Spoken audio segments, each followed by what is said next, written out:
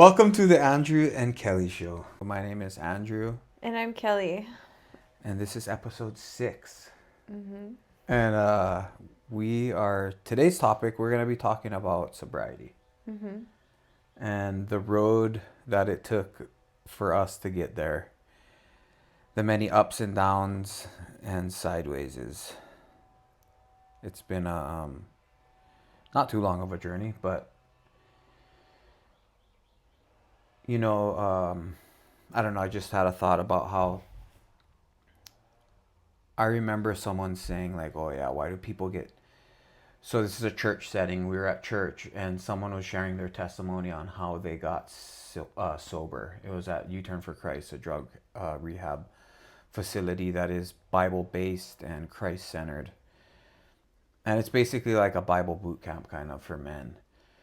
And anyway, we would have people come and share. So every single night there's a Bible study, and a lot of the times we get people from the community who have gone through a similar life.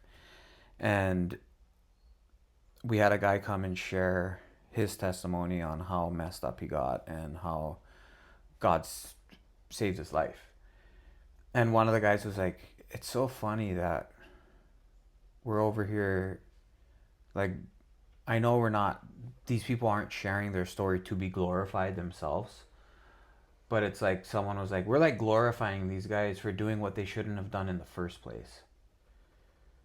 And it kind of like always stuck with me. Like, the best testimony is one where you just followed the Lord and were solid your whole life. And I don't know, yeah, it's just kind of a trip, Mm-hmm. you know? I think that's the goal for our children. 100%. Yeah. And I remember the rebuttal to that guy's statement. It was like, well, what kind of life is that? Mm. It's like, you got no stories.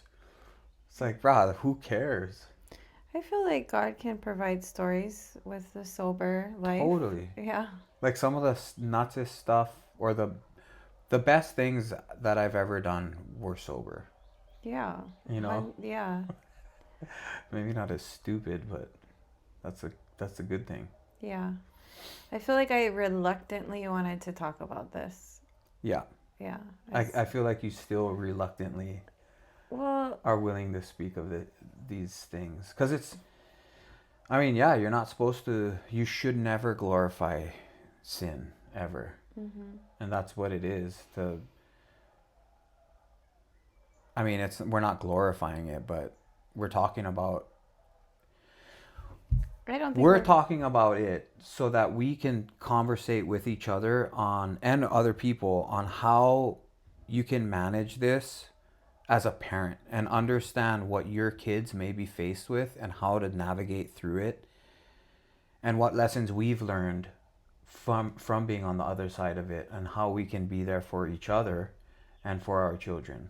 Mm-hmm. Yeah, I was in, we're working on a community project right now, and I was in a meeting yesterday, and we're just starting to raise money for a park. It's like a skate park, pump track, bike park thing, and um, what? Nothing. and It's it, for anything with wheels. yeah. So the other woman that's helping us fundraise, she's from this community in Washington State, and she was talking about how in her community that there was nothing to do. Hmm. So the two options for children seem to be like drugs or having babies. And I was like, well, that kind of reminds me of like my community growing up here. Like it was really easy to find drugs here, and it was really like a lot of my friends had babies when they were in high school. Mm-hmm. Um, so I feel like at least where we're from, it's really easy to fall into drugs and alcohol use, even at like the middle school, high school age. Oh yeah. Yeah. And so I guess, um, yeah. Do you want to share your story about sobriety and And how unsobriety started. I guess. Drug abuse and alcohol abuse. Sure, you want me to start? Sure. So, and again, this is a good eye opener for parents that maybe you've never used drugs, maybe you've never been like had problems with alcohol. Your children are going to get the opportunity to use drugs and alcohol when you least suspect it. Like there are gonna be times and places where you think that something like that's not gonna happen, but it might have already happened. Or even to protect your kids from predators alone. Like there's like how far can we go in that category of what a predator is? Someone doing horrible acts to your child, or just offering some drugs and alcohol to them. It's not a predator, but it's predatorial. It's taking advantage of someone weaker, kind of, in a sense.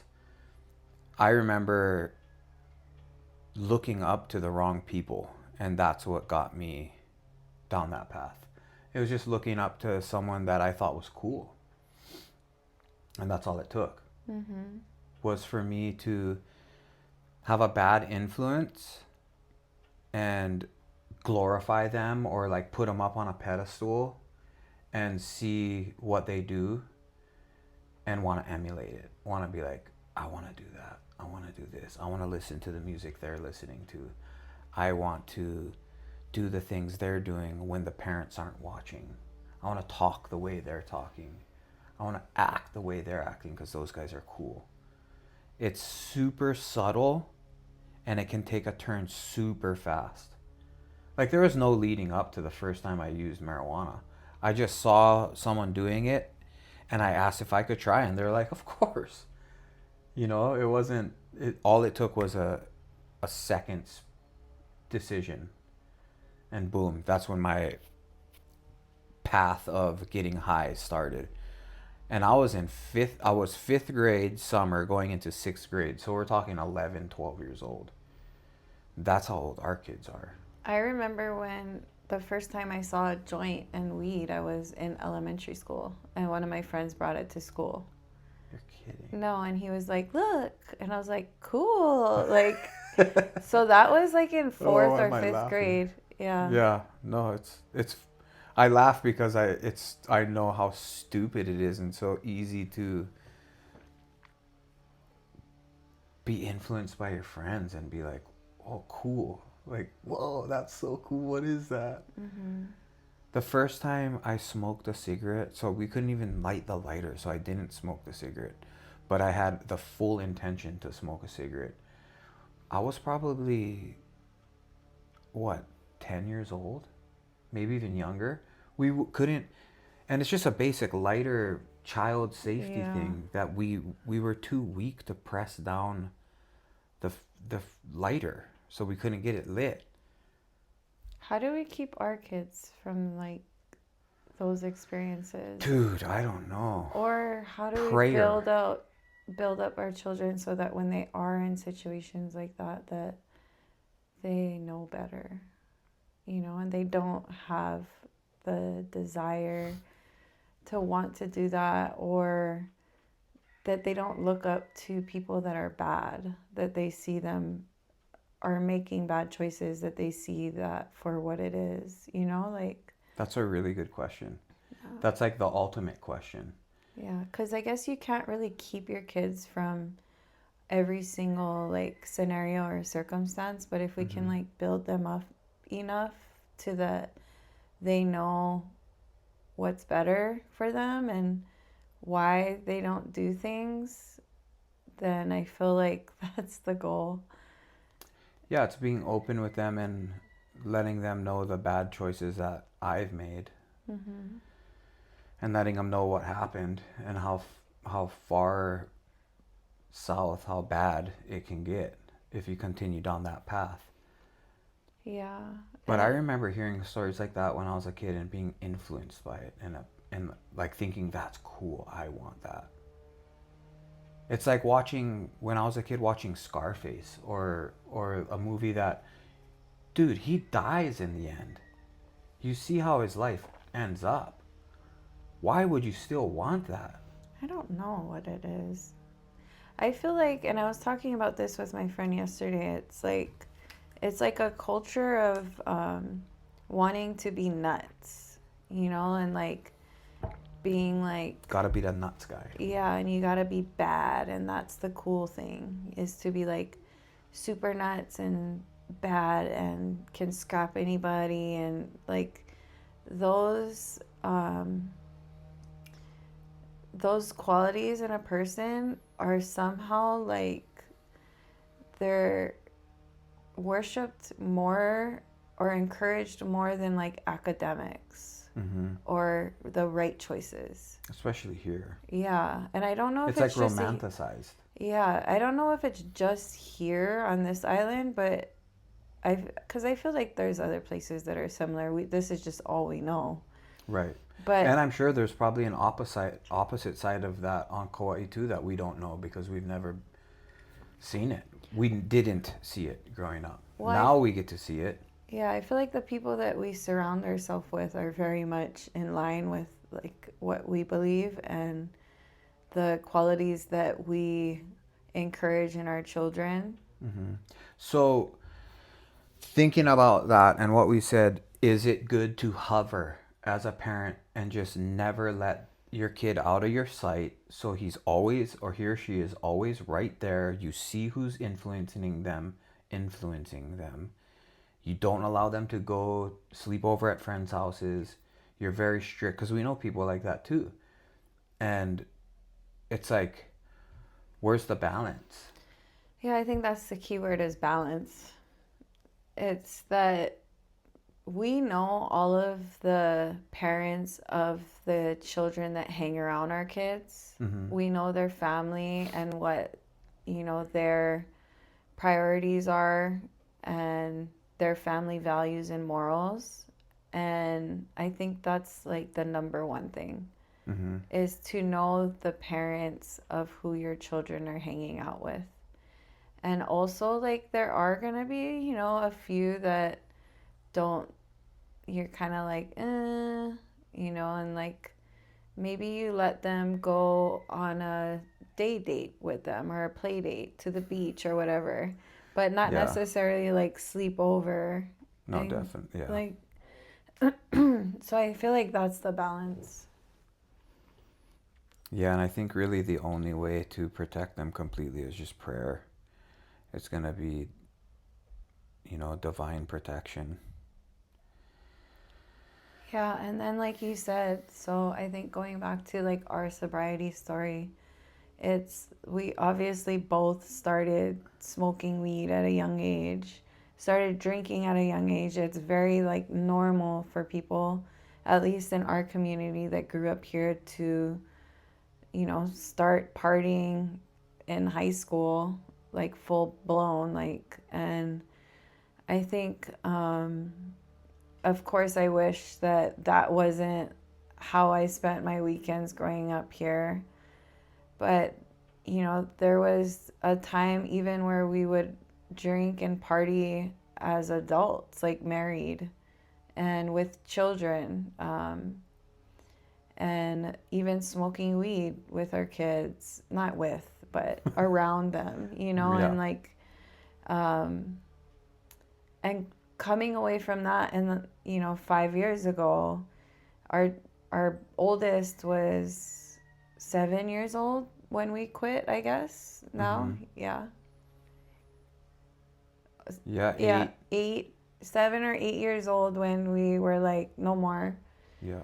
And he remembers us drinking and smoking, and I even asked him the other night. We were on a date, just me and my oldest, and I asked him, looking back, like, imagine you're an adult and you look back at your growing up and your childhood, like, what would you say was the most irritating thing about your parents? Or, like, what are you going to talk about? Like, oh, my parents did this, that you didn't like. And he said, drink and smoke.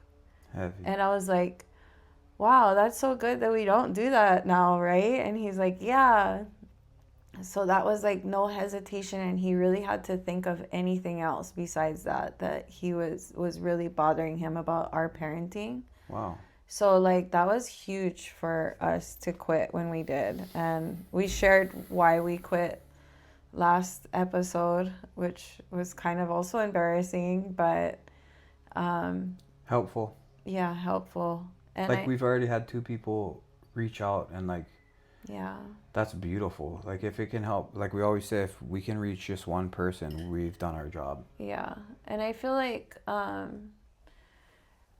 you need to hit rock bottom sometimes. And luckily, our rock bottom with drinking wasn't even that bad when you really think about it. Like, it could have been Yeah. so much worse. 100%. And, being passed out at a friend's wedding is not that bad. Right. But it's like, is that who I want to be really? Like, I Yeah, have these no. children, and what do I want to be like? Well, yeah, and think about all the people in the community that don't know me, but from that one night, and they're like, "Oh, there's the priest that got all wasted." I know. Because they'll think like, Well, you're not a priest. yeah, but they'll okay? think that, oh, that's the reverend, Yeah. or whatever. They're That's like, the oh, that's holy the man. yeah, that's the drunk Christian guy. Yeah. That he got so drunk he passed out and puked everywhere. It's like, yeah, that's a great first impression.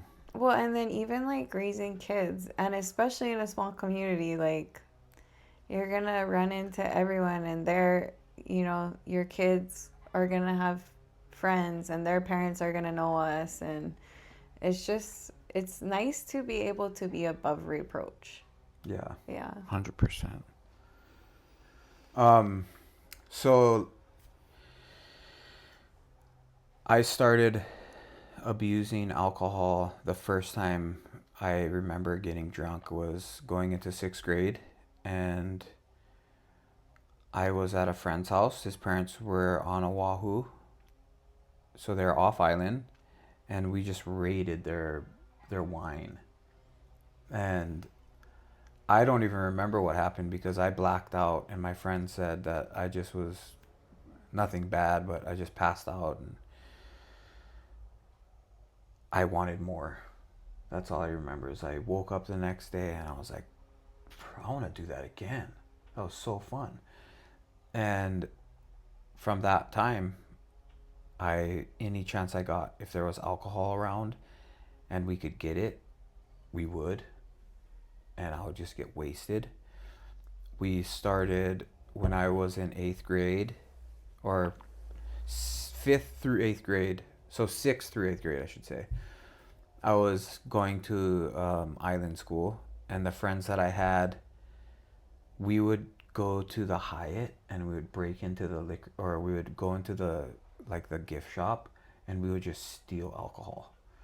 And we would go down to the shipwrecks, we would go down into the caves, and we would just get wasted. We would drink Tanqueray. Yeah, it was horrible. We thought it was so cool, gin and juice. We would drink Tanqueray and orange juice, and we would just pass out in the caves. Like me and brother Eli would just pass out. Like we would get so drunk, or we would just go playing around in the caves, try to sober up. We would go swim, try to get the smell off of us, go back to Eli's house, which was pretty close, grab boogie boards and just go to shipwrecks and bodyboard and try to get sober. By the time we had to go home, we had to go home at dinner, eat dinner with the fam, and then we just go and disappear again. And that was like every weekend for a couple years.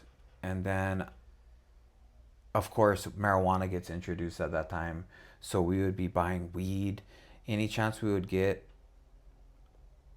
It was so bad. I don't even like talking about it, but I would take money from my mom's purse.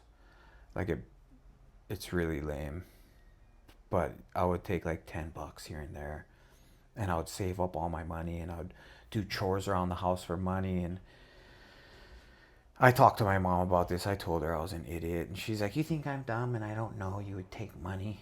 I was just surprised you never took more than $20.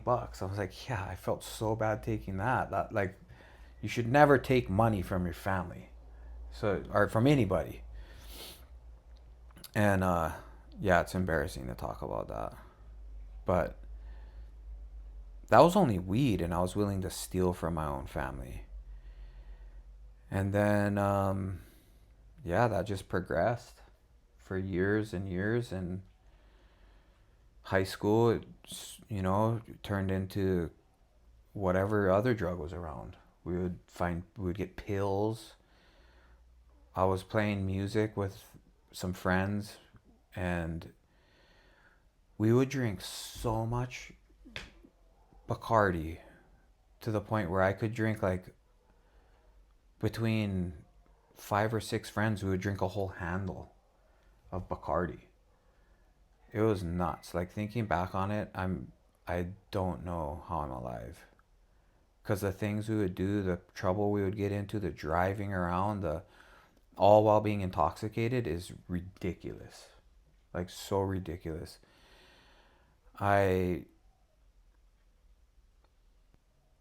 yeah, I got a DUI when I think I just had turned 18.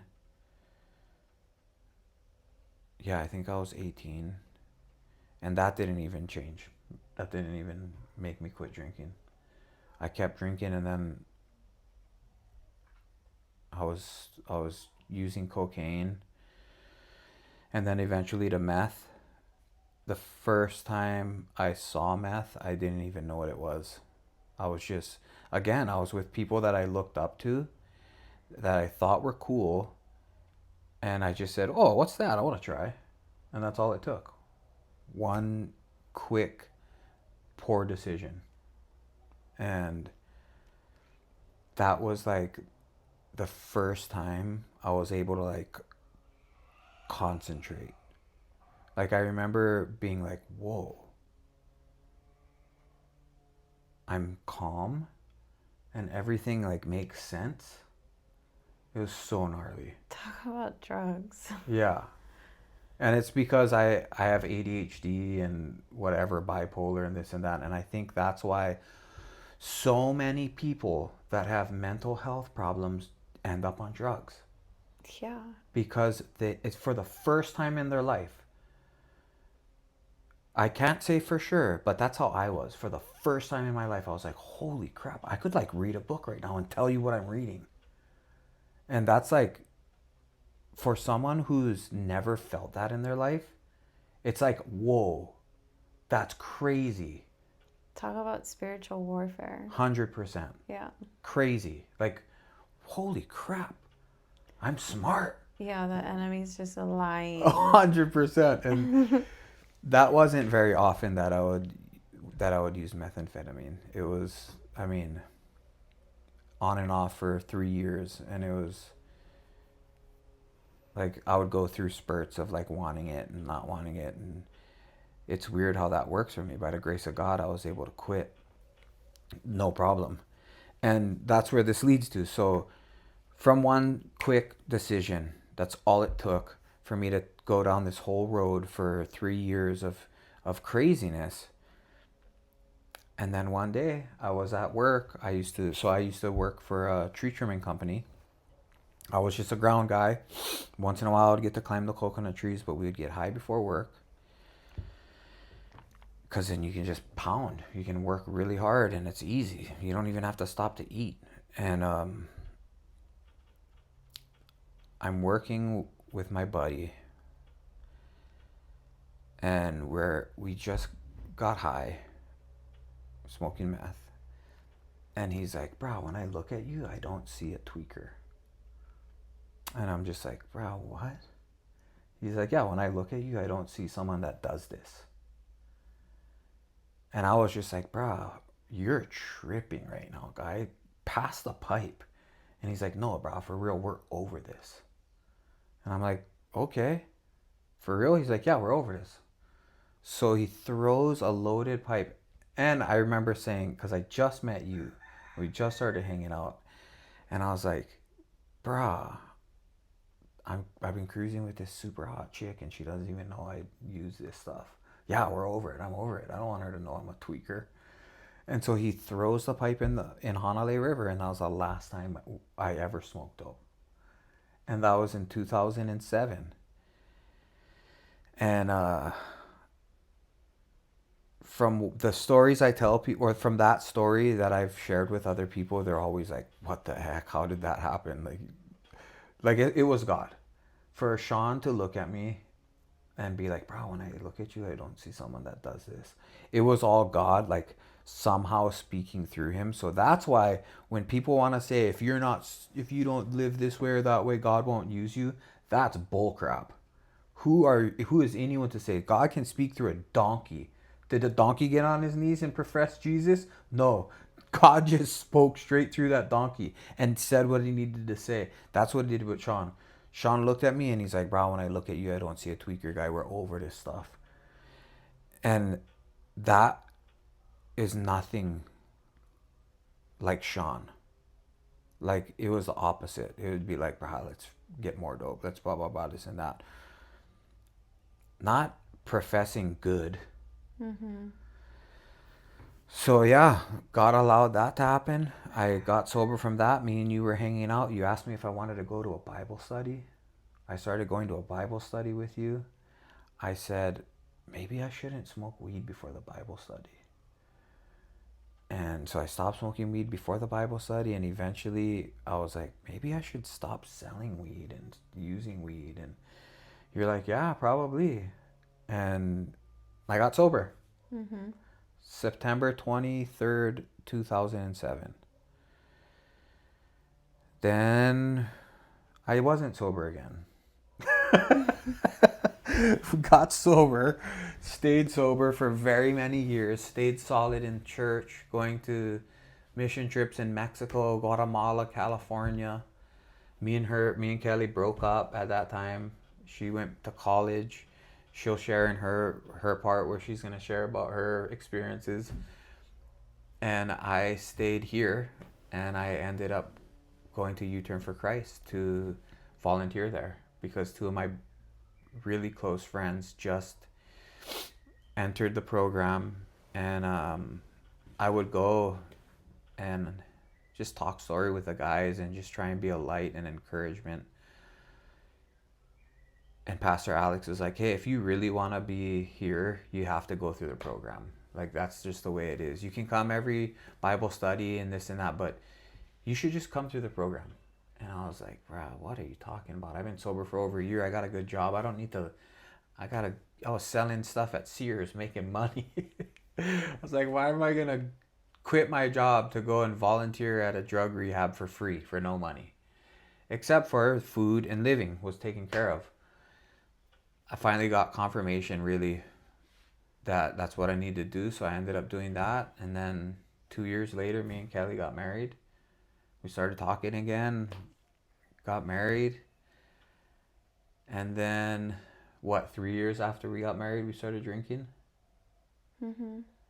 Kelly started working at a bar and or at a restaurant, at a lounge. And I don't know how it just happened. We just would drink a beer here and there. And I think it started with wine. We would drink a glass of wine. Be like, that's not bad, just a glass of wine. And my addictive personality turned it into a whole bottle shared between us. And then it just turned into, I remember the first beer I drank was a Blue Moon. And I was like, just once in a blue moon, drink a beer. And that just, of course, spiraled into more and more and more drinking to the point where I'm passed out drunk in the bushes and my wife is drunk driving us home. Just horrible choices. And by the grace of God, we're okay. And now it's been 5 years sober from marijuana, and how many years from alcohol? 3? Or is it the opposite? Opposite. 5 alcohol, 3 marijuana. Yeah. Yes. So with those poor choices, more poor choices come up. And again, I'm gonna say, nothing ever good comes from starting to drink again. Or use any drugs. Or any drugs. Yeah. People will always say like weed is fine, this and that, but I firmly believe that sobriety is the best. And if you can, just, you don't need substances in your life. There's nothing good that comes from it. Right now I'm coming off of caffeine, and even that I'm like tripping. Did you not have any caffeine today? No, 2 days now. Dang. Yeah. But I quit coffee.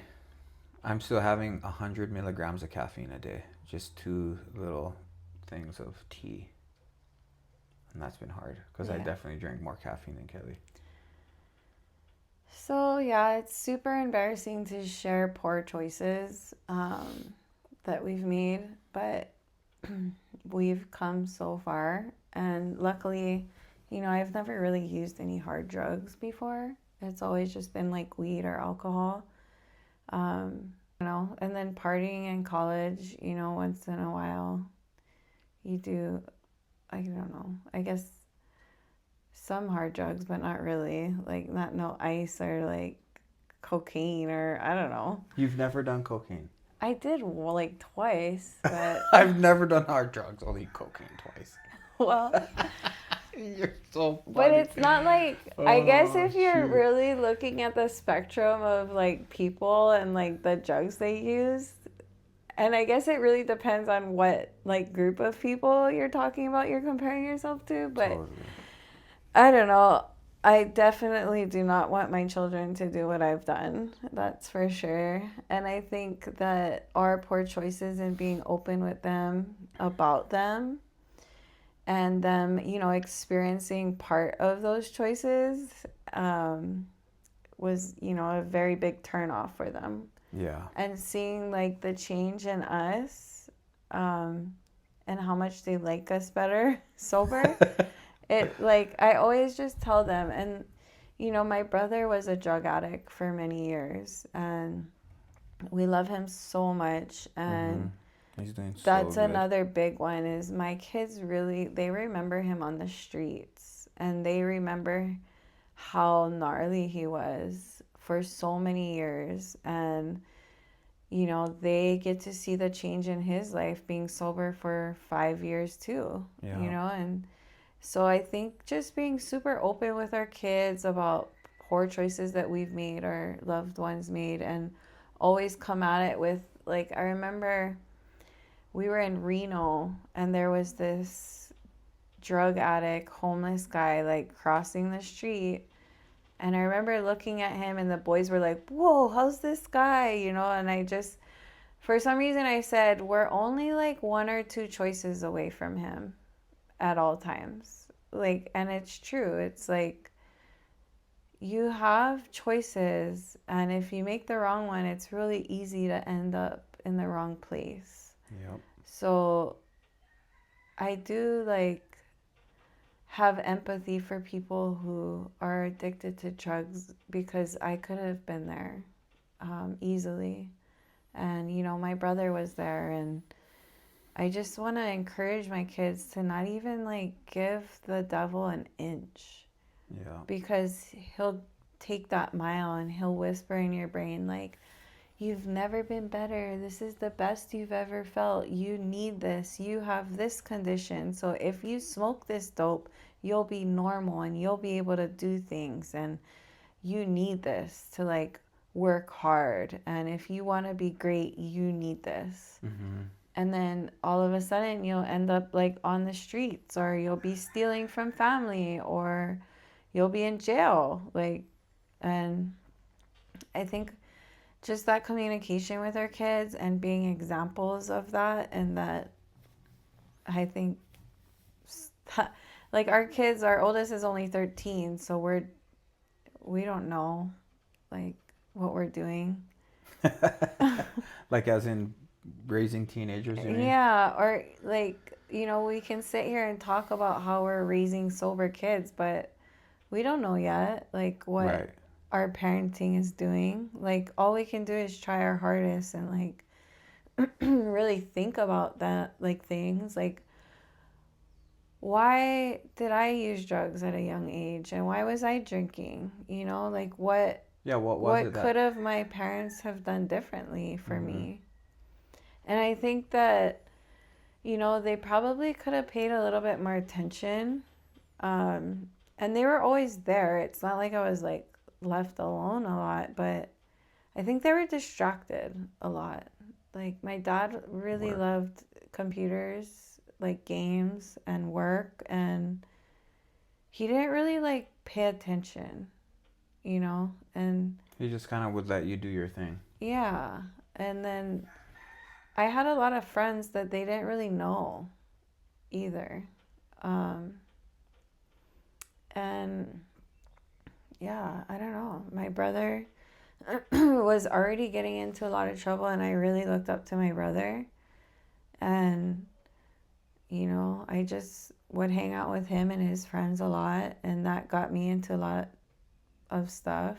Um, yeah, I don't know. I think I just want to pay attention to my kids, like really pay attention, and not be distracted by my phone or my Hmm. work or whatever else is stressing me out, you know, with business or, you know, I feel like it's easy to be disconnected from your kids. Yeah. Is it because of how overwhelming they can be at times? Well, I was thinking about last night, like, or the last 2 days, I've been really distant, you know, and I really like hate that, you know, and I was working 2 days, and I normally don't work outside of the house, but I work outside of the house every day this week, and that's not normal. And I was getting off of caffeine at the same time. So physically, I'm like, have a headache. I'm grouchy. I'm like tired. I don't feel 100%. So I think it's just me physically, like not being 100% is like I want to be in bed. Like last night I was in bed at 7, like with a pounding headache and just went to sleep. Like I made dinner for the kids, asked them to clean it up, and said, I gotta go lay down. Like what they did after that, I don't know, because you were at the gym until 8. And so right there, that's like, I'm like, I'm gonna lay the baby down, I'm gonna go to bed. Like, and I feel like if that was like every day, I got home and it was a disaster. lies. Bro. So lies. uh, No, but you know what I mean? If you're not 100% like yourself, like you're not feeling good, and if you're stressed out about your business, like payroll was holy crap, like what the heck? Like it's slow season and payroll is still the same as busy season. Like that's hmm. intense, you know? Like those are very big stressors, like and physically and mentally, and it's easy to just want to escape and not be 100% with your kids when Yeah. you're like that. And then maybe those are the times where, you know, one of the kids are struggling and I'm not aware of it because I'm not paying close enough attention. Yeah. Because I know that if really like we pay attention, we know our children well enough that we'll be like, what's wrong? Something's wrong with him. What's going on? You Right. know? But if you're distracted on your phone or you're in bed at 7 o'clock and you're stressing about other things, it's hard not to be aware. Well, and that's, if you think about it, that's what your enemy wants, It's is distraction. distraction. If they can, if you can be distracted by the pangs of this world about money, work, business, Physical things. all physical, Yeah. then you're gonna be way too focused on that to care where your kids are going. Mm-hmm. And your seed is the most important thing. Yeah. Your family. Yeah. That's how messed up our society is, and that's why it's so messed up. Is because we're all just so distracted by trying to survive. I think it's not, I think that's a big one. Trying Huge to one. survive, also trying to keep up with Well, everyone. that's just foolishness. It's like trying to drive the newest car or wear Yeah. the, or in, you know, like, and then vanity. Right. Like, worrying about what you look like too much or what you're wearing or what everybody's going to think about you Mm-hmm. or I shouldn't say that's foolishness. That's because luckily I don't fall into that category of getting sucked in by that because that's very common. I shouldn't say it's foolishness. It's just unfortunately another thing that people get sucked into really hard. mm-hmm, For me right now, it's my phone. Like I mm-hmm, am so addicted and distracted by my phone that uh, I today, if anyone has wants a tip on how to not be so interested in your phone, is go to settings and turn on gray mode, where I think it's called gray screen or whatever. But everything is gray. Everything's black and white. There's no color whatsoever on my phone now. And immediately I looked at it and I was like, that's ugly. It's like the beautiful, vivid color and retina display has turned into a Game Boy mm-hmm. first generation, no color. And so, yeah, that's what I need to get away from. That distraction is huge. I think for a lot of people it's distracting. Yeah, and it's hard for me because I do so much work on my phone. Like, it's like really hard because then you can get sucked into work. Like, the easy access is really hard. Like if a manager or somebody calls me, it's like there's a distraction. Like, but yeah, trying to set boundaries on the electronics to be present, I think is our next biggest like hurdle. Huge. Yeah. And getting the kids off of them. Yeah. It's such the easiest thing to do to just give your 5-year-old an iPad. Yeah. Or even my 2-year-old. Just here. Shut up.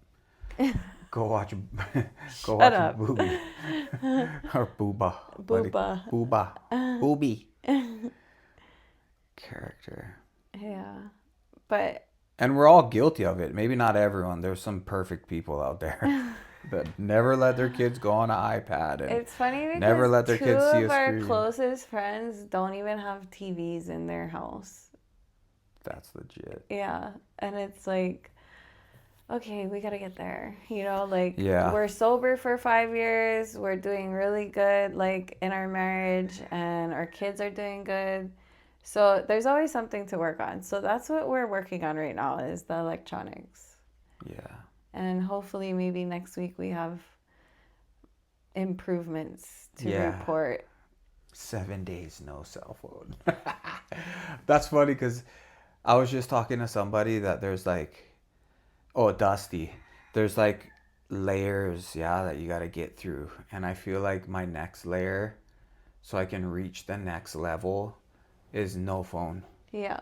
Like, so many times I've wanted to just stomp on my phone, but for some reason I can't. Like, I don't do it. And I've got like every intention to just throw my phone so it explodes and I never look at it again. Yeah. But for some reason I don't do it. I am Maybe the because biggest it's your one. wife Yeah. is like, well, then how are we going to track each other? Or... Yeah, how am I gonna know where you are?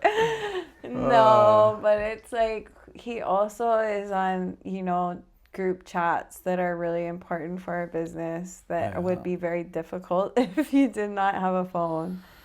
Yeah, that's true. And even getting into our gym, you need a smartphone. Like, Oh yeah. there's listening to podcasts. There's so many benefits to it, but that's where it's like you give the devil an inch and he'll take a mile. Green screen. I mean gray screen. Just put on that gray thing because your phone turns ugly. And it's worked for you for 3 hours. Bruh, so good. I went straight. I was like, I'm gonna put on gray screen, so everything's gonna suck, and I went straight Where onto did you hear Facebook about right after that. Chat GPT, and I was The like, oh, heck? Facebook sucks. But yeah, I asked Chat GPT. I was like, hey, I'm so addicted to my cell phone. What are some easy like go-tos to get off of it? And Chat's like, well, honestly, all those apps you can get, but this one's super practical because it makes your phone dull. just turn on gray screen. It helps for a lot of people. And I was like, what? So I did it. I had to search it in the settings. So I went to settings and I typed in what ChatGPT said it was because I couldn't even find it on settings. It was like hidden. So I type it in and boom, it popped up. I was like, oh, grayscale. That's what it's called, grayscale. Turn it on. Throw away your phone. So I guess that's your next sobriety layer. Yeah, that's my next layer of sobriety. From technology. Yeah. Certain aspects of it. Because I'll still use chat and podcasts. Gosh, sucks. And my next sobriety is caffeine. Let's talk about that for a minute. Why do you want to quit caffeine? What are your intentions behind it? Is it to encourage me? Yes, that was the main number one reason. To just help me get off of caffeine? Yeah. So yeah, I have high blood pressure caused by my bipolar that we talked about last episode. If you didn't listen to episode 5, it's all on bipolar. Listen to it. So my high blood pressure is caused by that, and caffeine is really bad for high blood pressure. So I dropped down from 350 milligrams of caffeine because I would make extremely strong coffee, and I would drink 3 cups a day, and it was like 12-ounce cups. So break it down, chat said it's like 350 to 400 milligrams of caffeine a day. And I dropped down from that down to 2 Earl Grey tea packets a day. So I'm killing it in my eyes. You are. I wasn't drinking nearly as much caffeine as you were. Yeah. I was like 1 strong cup of coffee at that, like the and last sometimes few I would weeks. see it, it wouldn't even be drinkable. Yeah. You wouldn't even drink the whole thing. But it's crazy how much it affected me. Like just even that much. And to me, it's like if you have something that your body needs that much and you're going to go through withdrawals, it's probably not good for you. Like that's my thinking too. Like I don't want to need anything. Yeah. You know, like how long do you think you'll have to go without caffeine for you to feel normal? Or do we need caffeine? No, you don't need caffeine. You need a detox off of caffeine. And I think that from what I read, tomorrow I should be feeling so much better. Like it's 3 days of pretty gnarliness. Okay. Yeah, because I've been feeling sick and junk. Yeah. And I'm still using caffeine. Yeah. I think it's worth it. I mean, I think that getting off of it and seeing how it affects your blood pressure would be a really wise thing to do. Yeah. Yeah. Should we do my blood pressure right now live? No. Okay, I think we're done. Are we, pal? Pow. Okay. Thanks for listening, and I don't know, that was super embarrassing for me.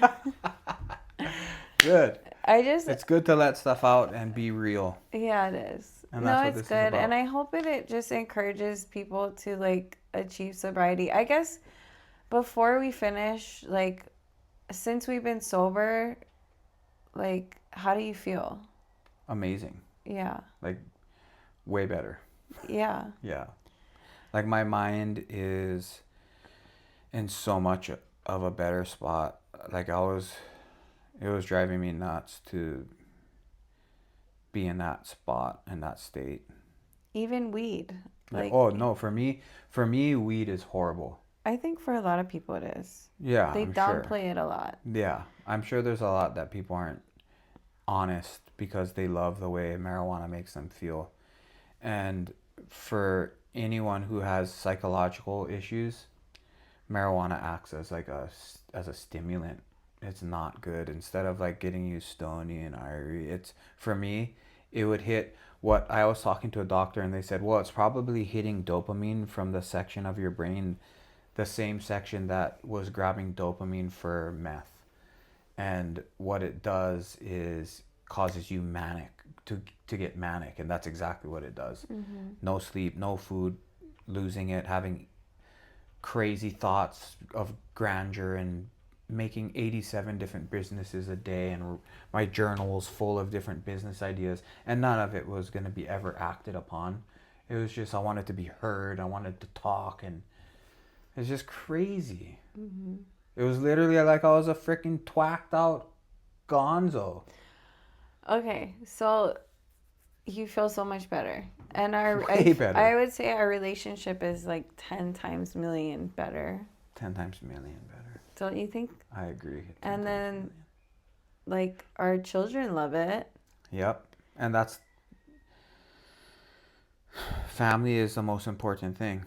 That's your first ministry. Yeah. So I could say the same. I always say it was like one of the best decisions we ever made. And I'm so like happy that we are committed to complete sobriety. Like there is absolutely 0 ounce of me wanting to use any substance. Like I do. When I get all snap, destructive patterns want to come out, and I just want to get wasted. Yeah. That's like crazy. To this day. Yeah. Yeah, and that's what what do you think that is? When you're pissed off and angry about something to where I've lost control in any sense, I want to lose all control. So where's that from? But how often does that happen? Not very often. Yeah. Yeah. There's still temptation once in a while. I'll see people drinking. I'm like, oh, I wouldn't mind a beer. But it's like I can just... They do have really great... But that's exactly... Yeah. Non-alcoholic beers. Like the non-alcoholic beers they have are so good. Yeah.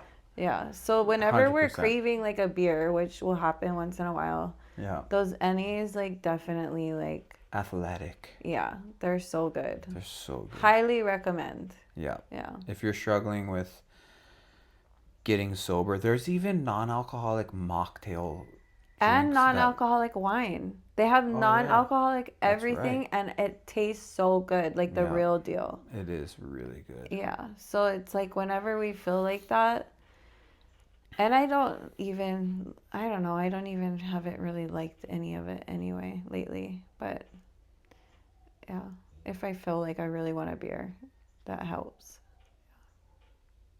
Yeah. So there's tools available. Yeah. For sure. And I just want to add this too, is that my family never gave up on me. No matter how gone I got, my family left the door open for me. I was living in my car, and I would go home and I would eat my parents' food. And I would leave before they got home. I wouldn't steal anything. But my mom would say, her coming home and seeing food gone and some dishes that she knows she didn't use, she's like, thank God Andrew's alive. So don't give up on your family. Ever. It's hard to, but also don't let them take advantage of you, and don't enable. It's a very weird and harsh dichotomy. Like, where's the line? I don't know.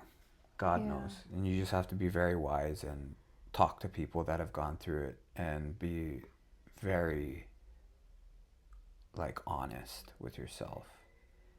Yeah. That was hard. I mean, my family always struggled with drug addiction too. And like not being an enabler was so important for my family members. Mm-hmm. Yeah. Because another part of my family were big enablers, and I feel like that's what allowed some of the addictions to get super bad. Mm-hmm. Yeah, was the